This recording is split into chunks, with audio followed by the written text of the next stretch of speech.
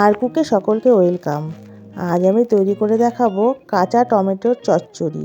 টক ঝাল মিষ্টি স্বাদের এই রেসিপিটি আমি কি করে তৈরি করি চলুন একবার দেখে নেবেন। কাঁচা টমেটোর চচ্চড়ি তৈরি করার জন্য আমি এখানে 4টে টমেটোকে 4 ভাগ করে কেটে নিয়েছি। আর নিয়েছি সর্ষে পেস্ট করে, আর নিয়েছি কালো জিরে, আর নিয়েছি 5টা কাঁচা লঙ্কা। চলুন এবার রান্নাটা আমি করে ফেলি। আমি একটা কড়া বসিয়ে দিয়েছি। কড়া গরম হয়ে গেছে। কড়াতে আমি সাদা তেল দিয়ে দেব 1 চামচ। তেল গরম হওয়া পর্যন্ত আমি অপেক্ষা করব। তেলটাকে আমি কড়ার চারিপাশে একটু লাগিয়ে নিলাম। এবার দেখুন তেলটা গরম হয়ে এসেছে। এবার এর মধ্যে আমি ফোড়ন দিয়ে দেব কালো জিরে আর কাঁচা লঙ্কা।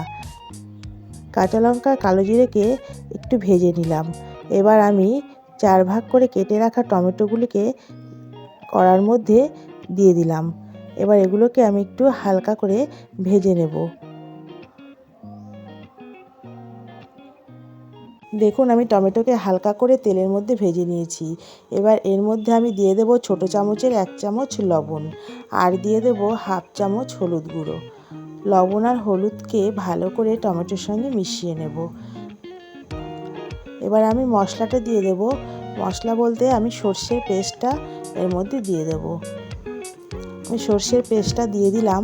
এবার পেস্টটাকে ভালো করে টমেটোর সঙ্গে মিশিয়ে নেব।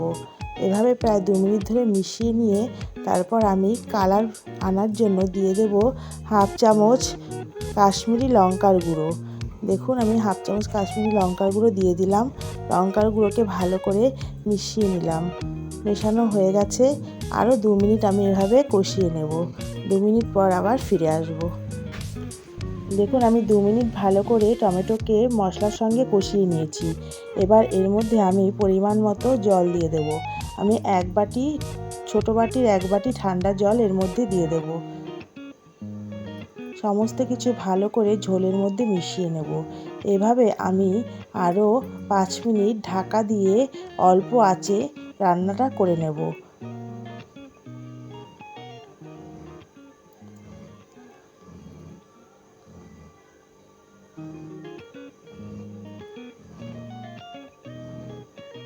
দেখুন আমি আবার ফিরে এসেছি।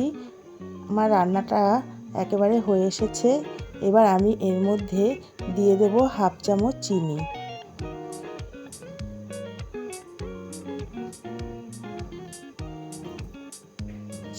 চিনি দিয়ে দিলাম। এবার চিনিটাকে ভালো করে টমেটোর সঙ্গে মিশিয়ে নেব। সব ভালো করে মিশিয়ে নিলাম। দেখুন আমার রান্নাটা এবার একেবারে হয়ে এসেছে। এবার আমি একটা প্লেটে ঢেলে নেব।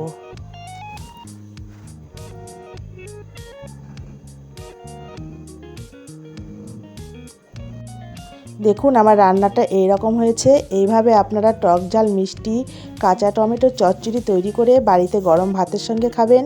খেতে খুবই ভালো লাগবে। যদি ভিডিওটি ভালো লাগে লাইক কমেন্ট শেয়ার সাবস্ক্রাইব করবেন। সবাই ভালো থাকবেন, সুস্থ থাকবেন এবং আমার পাশে